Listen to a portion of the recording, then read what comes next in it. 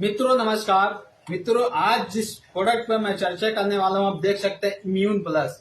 मित्रों यदि आप एलर्जिकल समस्या से काफी दिनों से जूझ रहे हैं, जैसे सर्दी जुकाम बार बार बना रहना, सीजन बदलने के बाद आपकी समस्याएं बढ़ जाना, भूख न लगना, कमजोरी फीलिंग होना, या फिर बार बार हल्का फुल्का बुखार रहना, गले में खराश होना, सांस से संबंधित समस्याएं, पाचन क्रिया गड़बड़ाना, तो ऐसे में आप मित्रों इस प्रोडक्ट को मंगवाएं।